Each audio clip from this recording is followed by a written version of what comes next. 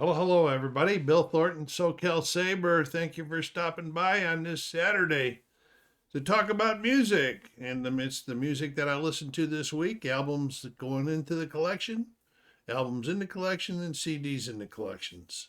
I'll talk a little bit about each one. And, go down there if you haven't hit that like button. And if you haven't subscribed yet and have been watching the channel a little bit, please do so to help the channel grow. The vinyl community is so big, but I just can't get people over to this channel. Algorithms hate me, I guess, because of my age or my lack of knowledge or something. Anyway, I do this. I'm having fun with it. I enjoy music. First thing I listened to this week was a Whatnot pickup. It was a 1979 album by the Little River Band called First Under the Wire. I have two other LPs in the collection by the Little River Band. I liked their music back in the day. This one happens to be a double. I have two plus two. There's two copies of this one plus two other different ones in the collection. So I don't know what I'll be doing with it. But this was the fifth studio album by them. And then we got the Little River Band. We got a nice little inner here. They're from Australia. This album peaked at number 2 on the Australian Kent Music Albums chart and number 10 on the Billboard 200. It is a really good album. I enjoyed the heck out of it this time. Every time I've listened to it, I've enjoyed it. I'll show you. You can list it up there so you can see the tracks.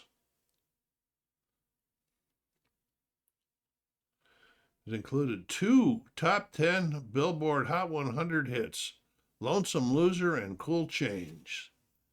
Cool, nice, really good songs. You take a look at it. It's on the Capitol Purple record or label.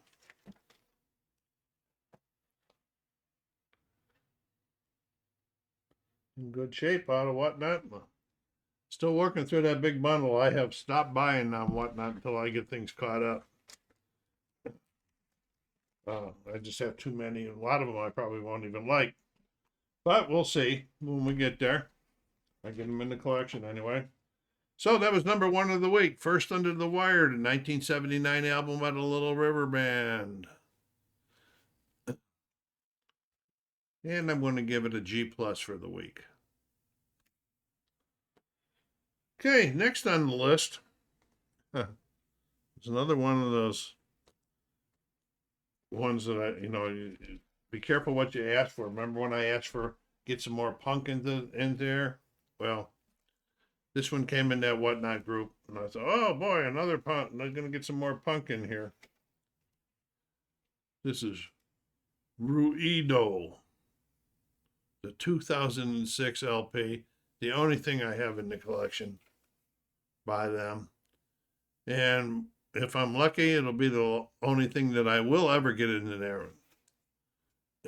there. Pretty hardcore. It's on a nice blue. Look at this nice vinyl.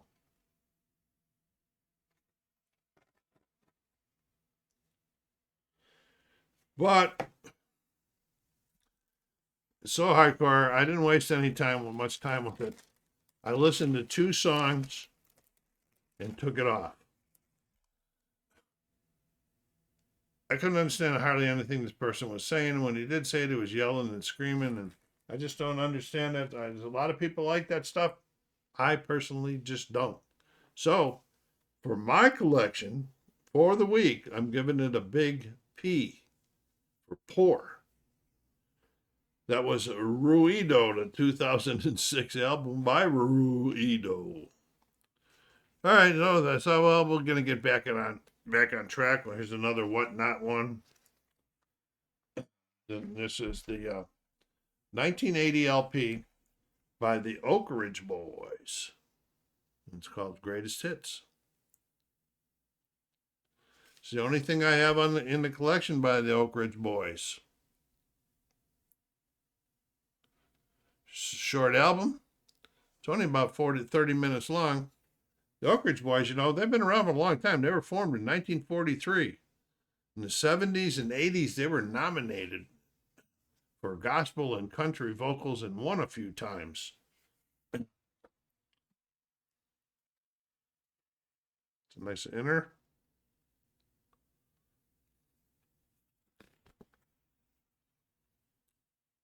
Yeah. Oh, you can't even read that. Oh, there you go.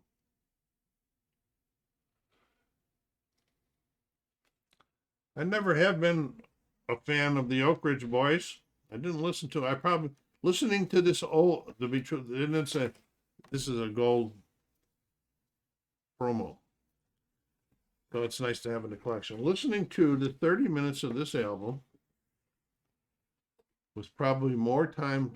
It was probably more time spent by me listening to the Oak Ridge Boys in my entire life.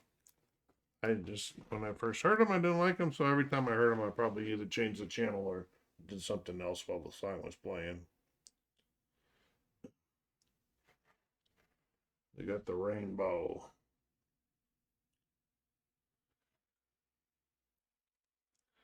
So, they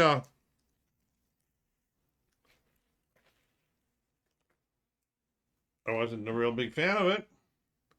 So I'm going to give it a fair plus for the week. This is the 1980 album by the Oak Ridge Boys, their greatest hits. Again, there's the tracks. Anybody fans of these guys out there? Big fans? Let me know what you think. What am I missing? Why am I not liking it compared to the other ones? All right, then another one that came in. I said, "Oh, this will probably get us going on the right direction for the week." This came in from Whatnot. This is a 1980 album by the Allman Brothers titled "Reach for the Sky."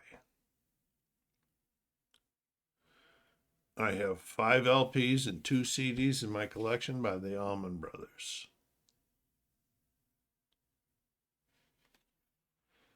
Okay, got a nice inner. This was their 7th studio album.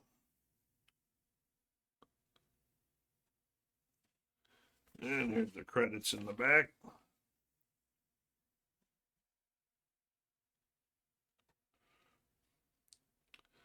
This is the first Allman Brothers album to be released by a label other than Capricorn Records. And this is on Artista.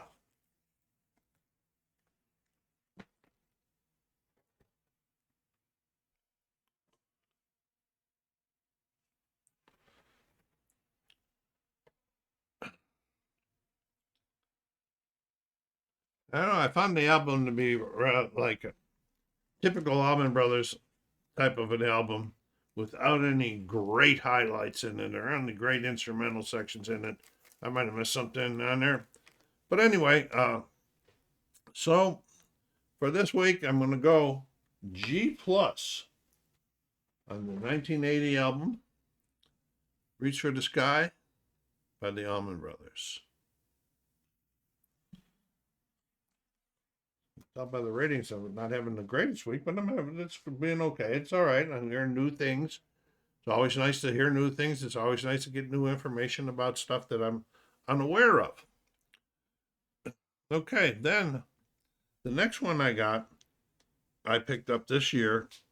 This is the last record store day, 2025 Black Friday record store day that I picked up, the last one. The other ones have already been played. This is Jericho by The Band. It's a 2025 record store reissue of the 1993 album.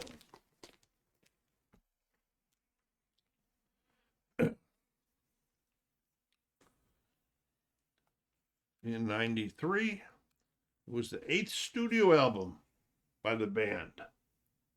Lots of good reading in here, history of the band. I learned some good stuff reading this one. I did read this one.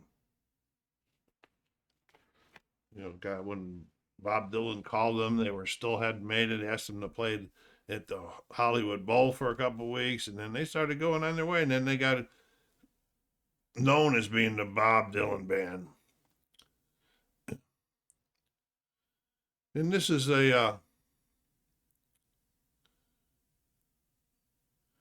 and it's their first since reforming without guitarist and songwriter Robbie Robertson. Listen to Robbie Robertson. He's on satellite radio and Sirius. He's got a show. Does a good job. There's the tracks there.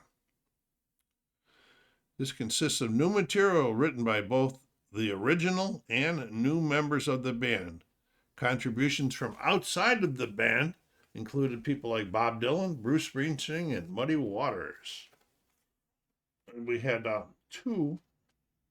I think there's two. Yeah, the rest we're going to show you because it's a double, and we got two different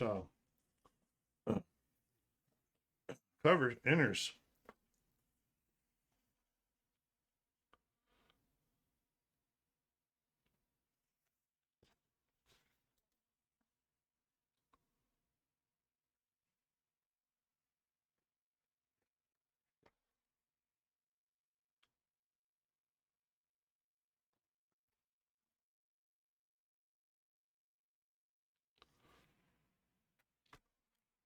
The album cover is a painting by Peter Max of the Big Pink House in West Syracuse, New York. This is where Dylan and the band recorded music during the mid to late 60s, just outside of Woodstock, or in Woodstock. One of the two. Big Pink. This actually got me to put some more stuff on my watch list, like music from Big Pink, and there's another one that I put on there from Dylan. Comes in two nice dark blue albums.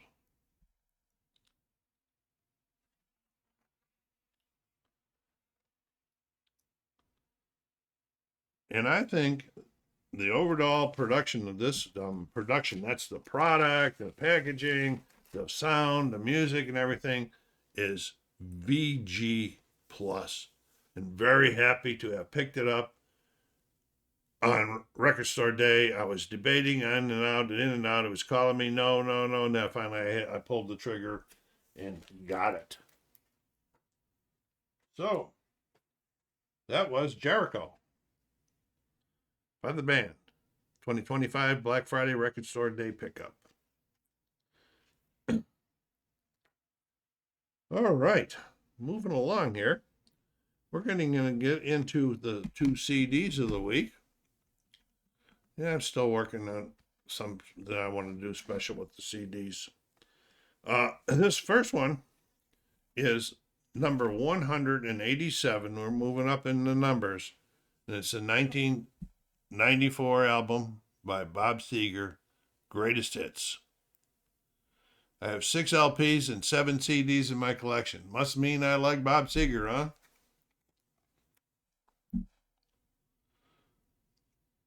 And it's a compilation album by Seger and the Silver Bullet Band. This, as of the writing that I read, it was the Seger's most successful album to date. Some compilations don't do so well. This one does very well. Greatest Hits was the decade's best-selling catalog album in the United States, even outselling the Beatles' one and Michael Jackson's number one. This sold more than 9 million copies. My goodness.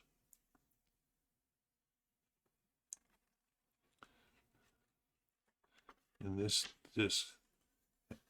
has hit after hit after hit. I saw him in the early 80s at the Forum in LA. It was a really, really good show. You can see the tracks on here also. Want some good old rock and roll? This is a good one. If you don't have it, check it out on your streaming services. You might want to pick it up. That is the 1994 album Greatest Hits by Bob Seger and the Silver Bullet Band. And this is getting a VG Plus for the week also. Good stuff. Second one for the week kind of surprised me a little bit. Forgot I had it. And it's number 188, and it's Fruitcakes by Jimmy Buffett. It's the 18 studio album by the American singer. I don't know why I bought it. I don't, because it was prior to my Cancun days when I used to go down to, Margaritaville and Cancun and party down there and that. But this was prior to it, so don't know why. That's okay though. Don't always have to know why. And this did reach number 5 on the Billboard 200 chart, making it Buffett's first top 5 album.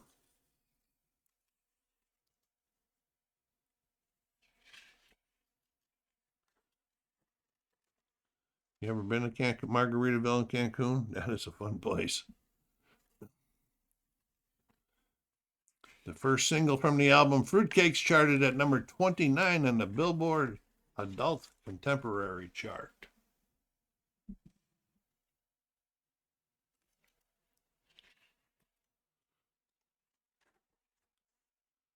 Several of the songs are covers. Like I said before, I don't mind covers. And they did covers of people like Grateful Dead, The Kinks, and Patsy Cline.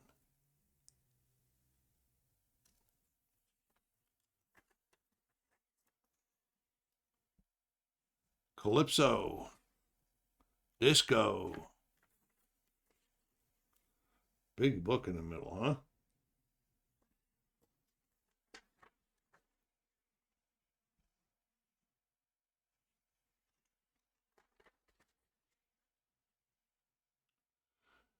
And this is the only thing I have by Jimmy Buffett in my collection.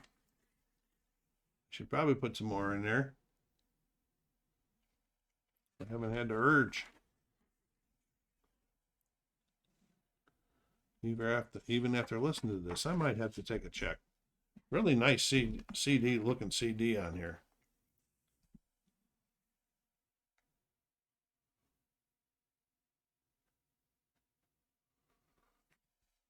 This was a really fun listening to this week. I had a good time listening to it. I really enjoyed the beat and everything. So I am going to give a G plus to Fruitcakes by Jimmy Buffett from 1994. Okay, don't forget at the end, I'm going to tell you which 2 I picked for the week. Okay, the last thing we do is the album that was in the collection, waiting for its turn to play, number 104, the 1979 LP by Dr. Hook, Sometimes You Win.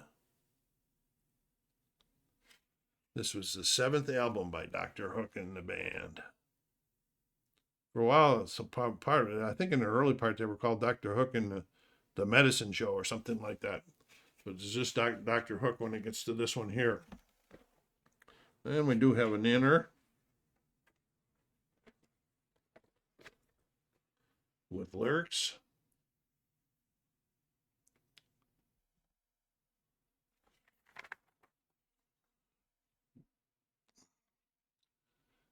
This contains 3 of the band's most commercially successful singles.